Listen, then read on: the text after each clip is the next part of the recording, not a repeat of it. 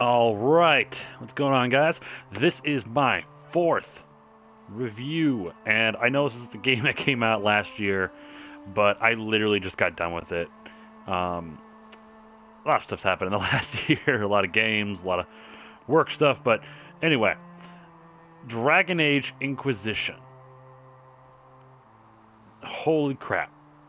Now, this game is the third is the end of the trilogy of the Dragon Age series. You know, this maybe didn't have Dragon Age 3 because they were going to make an official third game or something, but honestly, this one I think this one really is the third game. Well, the end of the trilogy. It's created by BioWare, which by now everyone should know that BioWare is just amazing at crafting story, you know, giving you the freedom of choice. They're just amazing games. BioWare, I first got into BioWare with the Star Wars Knights of the Old Republic. That game was amazing. I loved it. The Knights of the Old Republic 2 was spectacular. I feel like not as good as 1, but better in some other ways. Now, there's never been a third game of the Knights of the Old Republic, but they eventually turned that game into Mass Effect, which I love the Mass Effect series. They're probably my favorite game series. And as soon as I found that Dragon Age was done by the same guys, I was like, okay, holy crap, I need to play this. So I played Origins, maybe in 2010 or 2011. Then I got Dragon Age 2, and that came out. That was really good, just more limiting than the last one. And then now it's 3. Okay. Now we should probably start with 3. Dragon Age Inquisition is one of the biggest games I've ever played in my entire life. Like, holy crap, this game is overwhelming. The amount of stuff you can do. I finished the game clocked in about 93 hours. And that is with doing majority of just story. Maybe an hour or two of grinding, you know, to get levels, and scavenging, and then a couple side missions. But 93 hours in the game, holy crap. And I played on normal difficulty, so don't say, you know, I didn't play on the hardest difficulty, I didn't play on normal. But there's just a lot of stuff to do and a lot of stuff that gets you sucked into the game. Without giving away spoilers, you take on the role of the Inquisitor, or that's what they call you.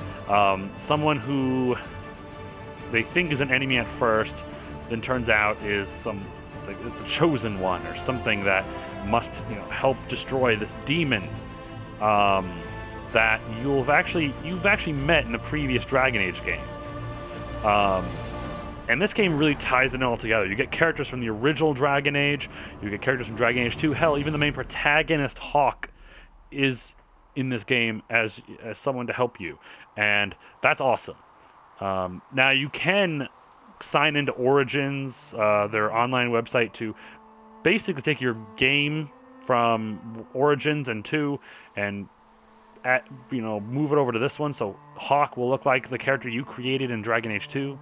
I played the first 2 on Xbox 360, and I got this game on PS4, so I really didn't, move everything over. I just started fresh. Now, some good things about this game. The game is, like I said, huge. I love games that I can spend hours in. The character customizer was pretty good, but it could be a little better. More choices. I love games where I can pick what I want to say, choose which direction I want to go. Do I want to be that asshole, or do I want to be like the savior of the world? Or with the interest in 2, I can be that cocky dude who's just, man, he just loves to be a little bit of a troll. Kind of like Tony Stark, if you've ever seen the new recent Iron Man. And just the fact that I put 90 hours into this game, holy crap, I'm still awestruck. Definitely worth the $60 price. And especially now that the Game of the Year edition is out, you can buy literally everything. So worth it. So worth it. The graphics in this game were fantastic. Some of the facial models could have been a little better, but nothing to complain about. The armor looked, just it shined. It was beautiful. Let's see what else. The cast of characters and your crew was awesome. I really enjoyed them. A lot of them had great, individual personalities that I'm like, oh man, I love you. I love that guy. I want him on my team. I'm like, oh, this girl's really funny. I want her on my team. And you can recruit up to a huge amount of players. Now, if I remember correctly, you have the opportunity to get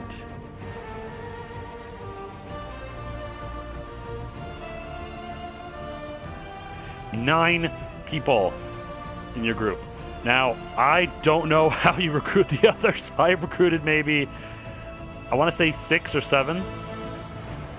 I didn't recruit the last 2 or 3 because I didn't know you could find them. A lot of them are just kind of like, hey, they're part of the story, so they automatically just join you. Others I had to actually find, like Iron Bull. Ooh, he was a heavy hitter. He is he is absolutely, my go-to man. Similar to how Garrus was in Mass Effect. Now, I should say the bad things about this game. 1, the combat can be a little annoying, a little slow. Remember when I first started playing this game, it was a bit, I don't know, it felt little combat between like small fry enemies took way too long. I didn't feel strong in this game early on, and kind of even toward the end I didn't feel that strong either.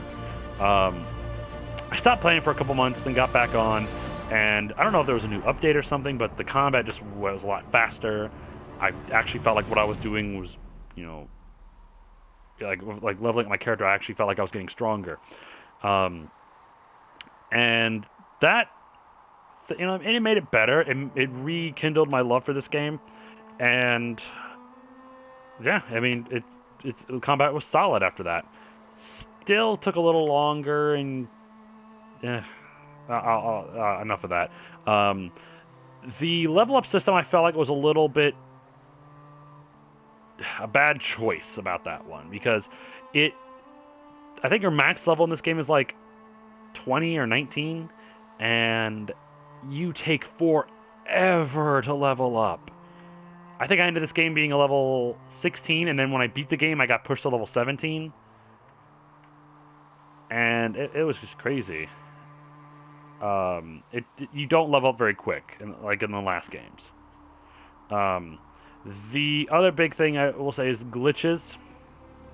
Early on, I had to restart my game a couple times because I would get to a spot where I'm like, hey, I need to say something, but the little icon wouldn't appear, so I couldn't choose anything. So I had to reload from my last save point, which was kind of annoying. The amount of customization and lack of tutorial for armor crafting, weapon modifying, armor modifying, that they don't really tell you a lot. I just kind of had to learn a lot just from self-teaching. They really force you to build your own things in this game instead of buying weapons and armor from stores, because they will... it just costs so much money, and you really don't make that much. Even if you sell your items and your weapons and your armor, you don't get that much money for them. So they really want you to go exploring, find materials, and craft your own weapons and armor, which I got better at later on, and I got this really cool staff I was really happy about for the longest time. But I stuck with the same armor for like half the game. I could not get better armor. I could not find how to make crafting better armor, and it just...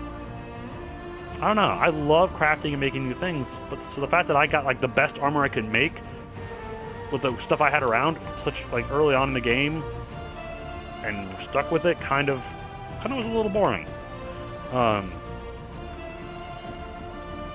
The villain Corythius, slight spoilers. The villain was pretty cool. Some of those the sub-villains, the ones that are helping him, they just introduced like, oh, that's their name, but they don't really introduce them until later on. You're like, who are you? Oh wait, you're her? Or you're him? Oh, okay, now I know who you are. Cool, I'm actually meeting you for the first time. Let's fight.